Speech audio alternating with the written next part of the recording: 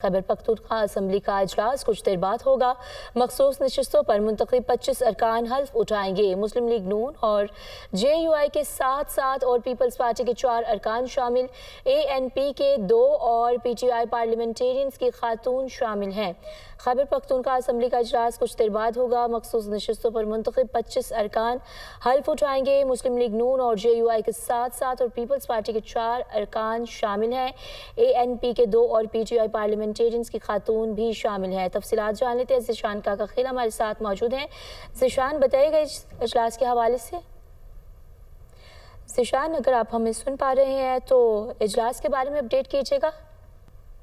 जी बिल्कुल, आज खैबर पख्तूनख्वा असम्बली का जो इजलास है वो तलब किया गया है।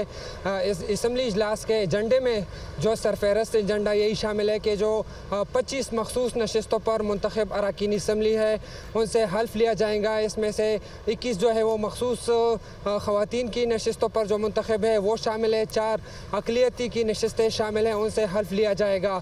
जो 7 JUI की है, इस तरह जो 7 नून लीग की है ख़वातीन, उनसे हल्फ लिया जाएगा।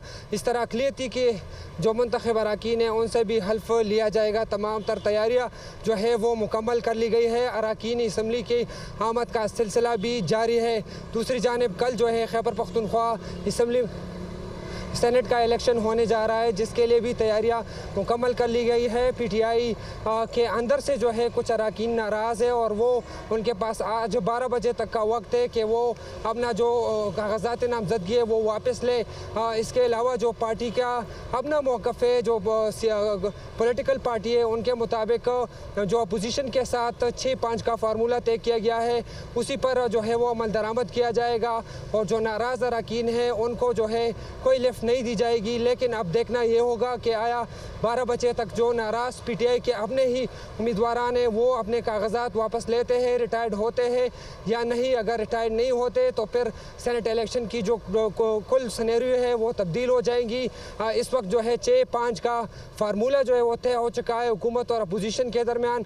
हुकूमत को जो है 6 नशिस्तें मिलेंगी, जिसके लिए जो है बाकायदा उम्मीदवारान जो है नामजद किए गए हैं। इस तरह अपोजिशन को 5 नशिस्तें मिलेगी, उसके लिए भी जो है वो उम्मीदवारान नामजद किए गए हैं। लेकिन अब जो नाराज़ अरकान है, जिसमें इरफान सलीम, खुर्रम ज़ीशान, वकास और अगज़ई, आयशा बानो और अरशद हुसैन शामिल है, वो इस वक्त जो है डटे हुए हैं और वो किसी सूरत रिटायरमेंट नहीं ले रहे।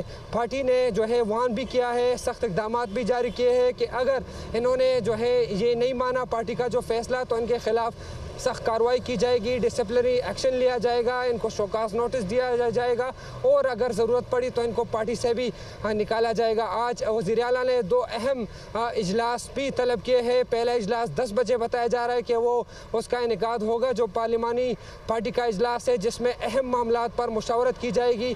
दूसरा इजलास शाम को तलब किया गया है। साथ ही साथ में जो पैनल्स हैं उनका भी बताया जा रहा है कि वो भी आइडेंटिफाई हो गए हैं और दीगर जो मामला उसको भी तय किया जा चुका है। अब जो सेनेट का इलेक्शन है तो कुल जो सिनेरियो है वो डिपेंड करता है कि जो PTI के नाराज़ अरकान है वो रिटायरमेंट लेते हैं या नहीं लेते। अगर वो रिटायरमेंट नहीं लेते तो फिर सेनेट खैबर पख्तूनख्वा का जो 11 नशिस्तों पर इलेक्शन होना है उसका टोटल सिनेरियो। ज़िशान काका खेल तफसीलन आगाही के लिए।